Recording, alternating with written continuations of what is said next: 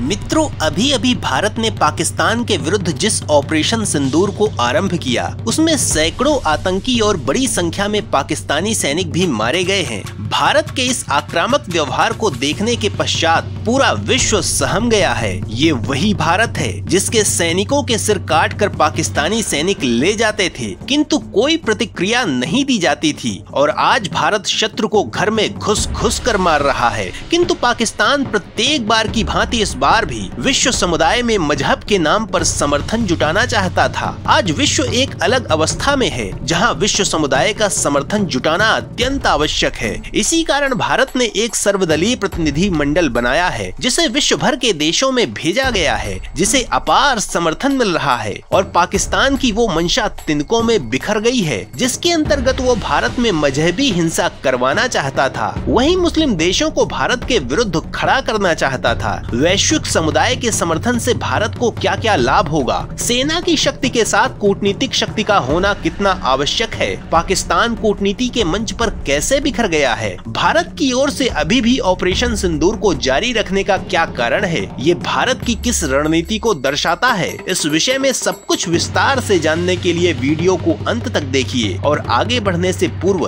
भारतीय सेना के समर्थन में वीडियो को लाइक अवश्य करें। भारत के मुस्लिमों को भड़काना चाहता था पाकिस्तान। मोदी सरकार की कूटनीति के आगे फेल हो गया पड़ोसी।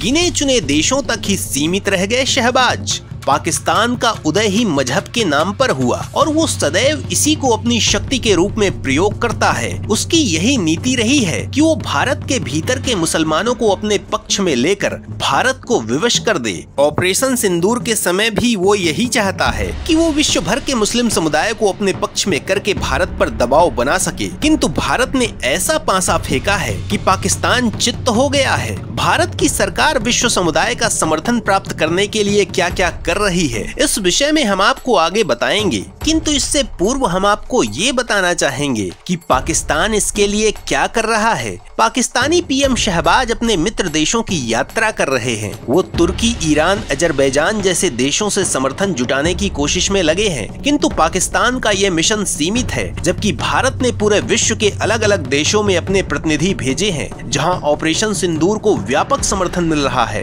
पूरे विश्व में पाकिस्तान की कलई खुल रही है। आज के समय में ऐसे अभियानों के लिए विश्व समुदाय का समर्थन अत्यंत आवश्यक है, क्योंकि वैश्वीकरण के समय कोई देश अकेले कोई युद्ध नहीं जीत सकता। रूस पर अमेरिका, यूरोप ने बड़े प्रतिबंध लगा रखे हैं, किंतु रूस इसे जानता था। इसी कारण उसने पहले ही ब्रिक्स जैसे संगठन खड़े कर रखे हैं, जो आज व्यापार के क्षेत्र में G7 को भी चुनौती दे रहा है। भारत चाहता है कि पाकिस्तान का सत्य पूरे विश्व के समक्ष प्रकट हो और कश्मीर में उसका षड्यंत्र समाप्त हो। इसी कारण प्रधानमंत्री मोदी ने G20 की बैठक कश्मीर में कराई थी। वर्तमान सरकार का स्पष्ट पक्ष है कि यदि पाकिस्तान कोई भी आतंकी गतिविधि करता है तो इसे पाकिस्तानी सेना की कार्यवाही मानकर भारत पलटवार करेगा, और इसीलिए स्पष्ट किया गया है कि ऑपरेशन सिंदूर अभी समाप्त नहीं हुआ है, बस कुछ समय के लिए उसे रोका गया है।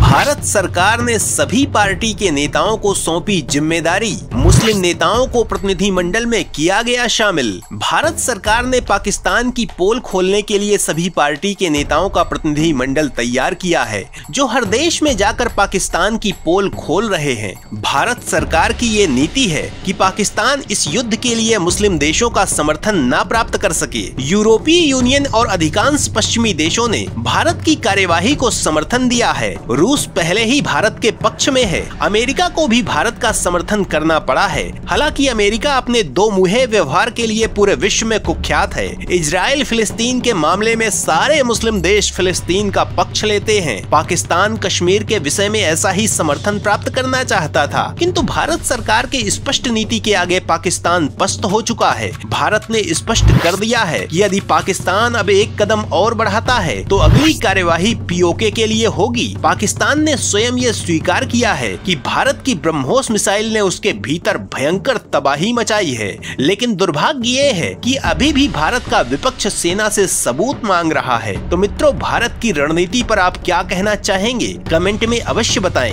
एवं यदि आपने अभी तक हमारे चैनल को सब्सक्राइब नहीं किया है तो इसे सब्सक्राइब अवश्य करें। वंदे मातरम।